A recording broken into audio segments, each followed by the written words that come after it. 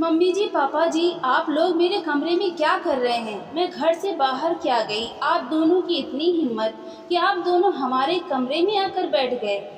निया झुंझलाते हुए बोली। निया की सास सोनल जी बोली, बहू, हमारे कमरे का एसी काम नहीं कर रहा था। तुम्हारे पापा जी को बहुत बेचैनी और घबराहट महसूस हो रही थी, इसलिए हम तुम्हारे कमरे में आकर बैठ गए। तुम घर में थी नहीं, वरना तुमसे पूछ कर ही तुम्हारे कमरे में आते। निया ने तुरंत एसी का रिमोट लिया और एसी बंद करते हुए बोली, गांव में कभी देखा भी नहीं होगा आप दोनों ने एसी, और यहाँ बेटे के पैसे लुटाए जा रहे हो। बिजली का बिल भी आता है, मम्मी जी, पापा जी, जो कि आपका बेटा भरता है। आप लोगों को क्या काम है? वैसे भी दिन भर घर में ही तो पड़े रहते हो, मगर आपके बेटे को तो रोज़ बाहर कमाने जाना पड़ता है, तभी तो हम सभी के खर्चे निकलते हैं, मगर आप लोगों को तो बस हमारे खर्चे बढ़ाने आते हैं। आप जैसे अनपढ़ लोग गांव में ही रहने के लायक हो। आप लोगों ने शहर की चकाचौंध क्या देख ली, लग गए पैसे उड़ाने। यह सब जो आप लोग देख रहे हैं इस घर में, यह सब आपके बेटे की मेहनत का है। इसलिए आइंदा से एसी या किसी भी महंगी चीज़ को हाथ लगाने से पहले सोच लीजिएगा, और मेरे कमरे में मेरी इजाज़त के बगैर कभी मत आइएगा। मेरे कमरे में मेरा कीमती सामान पड़ा रहता है। सोनल जी बोली, बहू, कम से कम तुम मेरा नहीं तो अपने ससुर जी का ही लिहाज कर लिया करो। ज़रा इनकी उम्र तो देखो, कब से कुछ भी बोले चली जा रही हो। हम थोड़े तुम्हारा कीमती सामान चुरा लेंगे, तुम हमारे लिए इतनी बुरी सोच क्यों रखती हो? इतने कड़वे शब्द बोलती हो कि हमारा दिल छलनी छलनी हो जाता है। हम थोड़े दिनों में वैसे भी गांव वापस जाने वाले हैं, इसलिए थोड़े दिन शांति से गुजार लो। निया बोली, थोड़े दिनों के बाद क्यों, कल ही चले जाओ। मैं भी आप लोगों की सेवा नहीं कर सकती। वैसे भी जब भी आप लोग आते हो, मेरा पति नहीं रहता, आपका बेटा ज़्यादा होता है। इसलिए मैं तो यही चाहती हूँ कि आप लोग वापस गांव चले जाएं। खैर, गांव जाना हो तब जाना, फिलहाल तो मेरे कमरे से चले जाओ। सोनल जी और पति प्रभात जी इतना समूह लेकर अपने कमरे में आ गए। ऐसा नहीं था कि वो पहली बार शहर आए थे, इससे पहले भी वे लोग बेटे के बहुत कहने पर शहर आ चुके थे। मगर निया, जो कि शहर की आधुनिक विचारों की लड़की थी, वो रोहन के माता पिता को कभी अपना समझ ही नहीं पाई। उसे लगने लगा था कि रोहन के माता पिता के गांव से आने के बाद उसकी सारी आज़ादी उससे छिन गई हो। ना उसे पहले की तरह बाहर घूमने को मिलता, ना आए दिन घर में सहेलियों को बुलाने को मिलता। 2 वक्त का खाना भी घर में ही बनाना पड़ता, क्योंकि रोहन कहता कि उसके मम्मी पापा को बाहर का खाना नहीं पसंद। रोहन बाहर घूमने भी जाता तो मम्मी पापा को साथ ले जाता। उसके माता पिता के प्रति यह प्यार निया को बिल्कुल बर्दाश्त नहीं होता था। रोहन अपने माता पिता की बहुत इज्जत करता था, जिसे देख निया को बहुत जलन महसूस होती थी।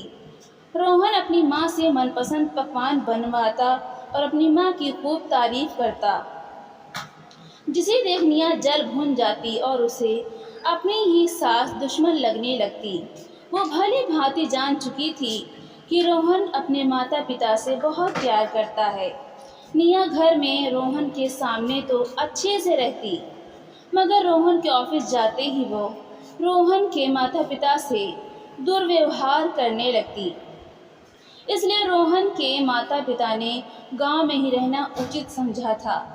रोहन बचपन से ही पढ़ने में बहुत होशियार था, इसलिए उसे पढ़ने के लिए माता पिता ने शहर भेजा था। पढ़ाई पूरी होते ही रोहन की नौकरी शहर में लग गई, और शहर में रहने वाली निया भी रोहन की अपनी पसंद थी।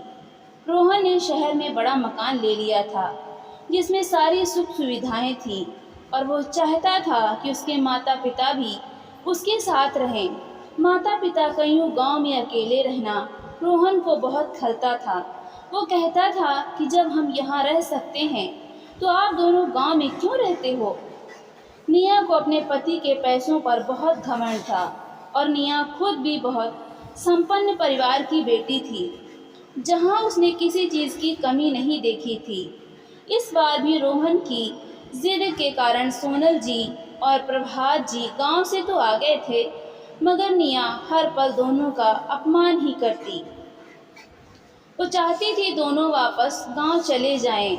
सोनल जी और प्रभात जी बेटे रोहन को बहू की हरकतें बताकर पति पत्नी में क्लेश नहीं करवाना चाहते थे, क्योंकि दोनों जानते थे कि रोहन को जब पता चलेगा कि बहू घर में दोनों का अपमान करती है तो रोहन का दिल टूट जाएगा।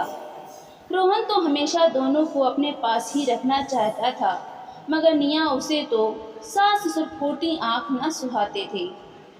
एक दिन रोहन अपने कमरे में तैयार हो रहा था तो उसे निया की आवाज़ आई। निया सोनल जी पर चिल्ला रही थी, मम्मी जी, आप गांव के लोगों को जब समझ नहीं होती है तो काम क्यों करने लग जाते हो? आपको मशीन में कपड़े लगाने को किसने कहा था? आपको हैंड वॉश की बोतल और कपड़े धोने वाली लिक्विड की बोतल में फ़र्क समझ नहीं आया?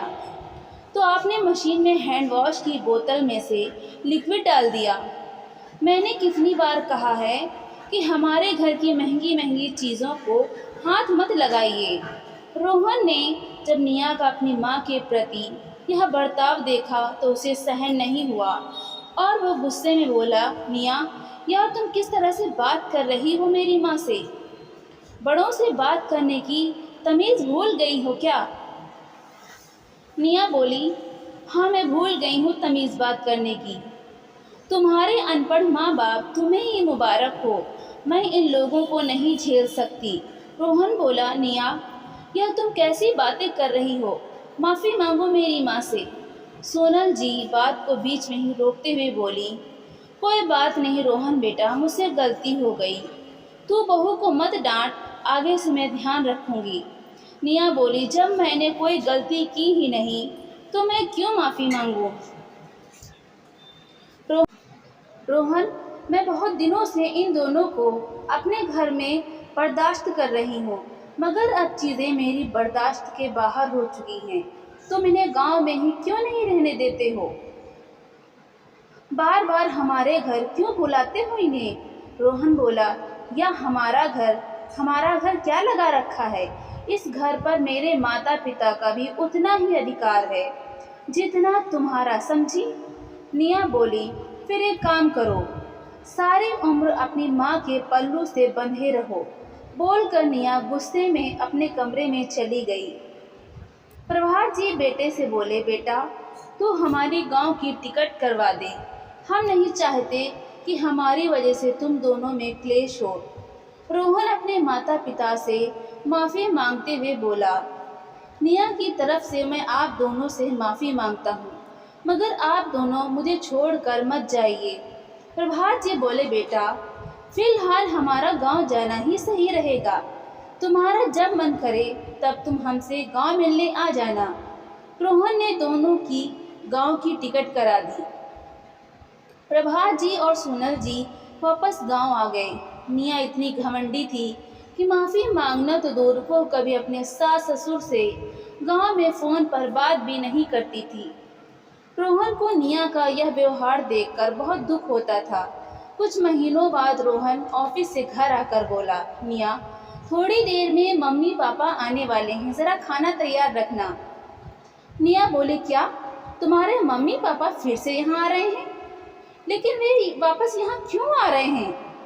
पिछली बार हमारे ही घर में हम पति पत्नी का झगड़ा करवा कर उन दोनों को शांति नहीं मिली क्या, जो फिर से कलह डालने आ रहे हैं? एक काम करो, तुम उन्हीं को रखो, मैं चली हमेशा के लिए मायके। बोलकर निया बैग में अपने कपड़े भरने लगी। थोड़ी ही देर में डोर बेल बजी। निया ने दरवाज़ा खोला तो देखा सामने उसके मम्मी पापा सूटकेस लिए खड़े हैं। निया बोली, मम्मी पापा आप लोग अचानक यहाँ? निया की मम्मी बोली, बेटा तेरे भाई भाभी ने हम दोनों को घर से निकाल दिया है। हम दोनों तो वृद्धाश्रम जा रहे थे, मगर दामाद जी को जब पता चला तो उन्होंने हमें रोक लिया और कहने लगे, मेरे होते हुए आप लोगों को वृद्धाश्रम जाने की कोई ज़रूरत नहीं है। आप लोग मेरे साथ रहेंगे। बेटा, तेरी भाभी आए दिन हम दोनों से लड़ाई करती थी और तेरा भाई भी उसी का साथ देता था। आखिरकार दोनों ने हम लोगों को घर से निकाल ही दिया। तेरे भाई भाभी हमें बहुत ताने देते थे, फिर भी हम उसका उल्टा जवाब नहीं देते थे। उन दोनों को आज़ादी चाहिए थी। हमने तो उन्हें किसी चीज़ के लिए रोका टोका भी नहीं, मगर फिर भी हम बूढ़े उनकी आंखों में खटकते थे। यह सब सुनकर निया रोने लग गई और कहने लगी, मैंने भी अपने सास ससुर के साथ दुर्व्यवहार किया है मम्मी, जिसकी सज़ा आज भगवान ने मुझे दे दी है।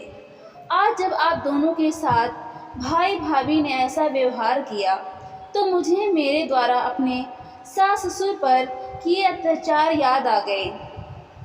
निया रोहन से माफ़ी मांगते हुए बोली, आपने कभी मेरे माता पिता और आपके माता पिता में फ़र्क नहीं किया, लेकिन मैं पैसों की चकाचौंध और घमंड में इतनी अंधी बन चुकी थी कि मैं यह भूल गई थी कि हम जैसा करते हैं वैसा भरते हैं। मैंने तुम्हारे माता पिता के साथ अच्छा व्यवहार नहीं किया। यह जानते हुए भी तुमने मेरे माता पिता को अपने घर में पनाह दी। मैं भगवान से प्रार्थना करूंगी कि जब भी हमें बेटा हो वो बिल्कुल तुम्हारे जैसा हो, जो बड़ों का सम्मान करे। रोहन, आज आपने मेरी आंखों पर बंधी पट्टी खोल दी है। रोहन बोला, निया, रिश्तों की अहमियत समझना बहुत ज़रूरी है। जो दुख आज तुम्हें तुम्हारे माँ बाप के लिए हो रहा है, वही दुख उस दिन मुझे मेरे माता पिता के लिए हुआ था, जिस दिन वे दोनों गांव वापस चले गए थे।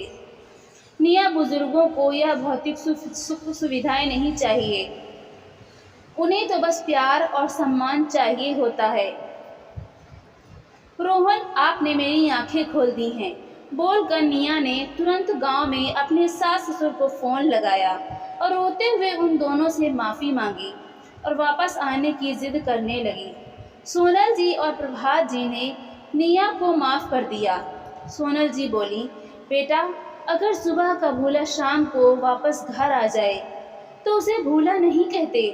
रोहन बोला, देखा निया, मम्मी पापा ने तुम्हें तुरंत माफ़ कर दिया। यह बुज़ुर्ग लोग तो सिर्फ प्यार और सम्मान के ही भूखे होते हैं, इसलिए बुज़ुर्गों की इज्जत करो। क्या पता वे लोग कब तक हमारे साथ हैं। दोस्तों, बुज़ुर्गों के आशीर्वाद से ही घर में बरकत होती है, इसलिए हो सके तो उनका दिल कभी ना दुखाएं। कड़वे वचन बोलकर उनका तिरस्कार ना करें। उन्हें तो बस अपनों का साथ और प्यार चाहिए होता है। तो दोस्तों, आपको ये कहानी कैसी लगी? लाइक करें, शेयर करें और कमेंट करके हमें ज़रूर बताएं। और इसी तरह की कहानियाँ सुनने के लिए हमारे चैनल को सब्सक्राइब करना बिल्कुल भी ना भूलें। तो मिलते हैं अगली नई कहानी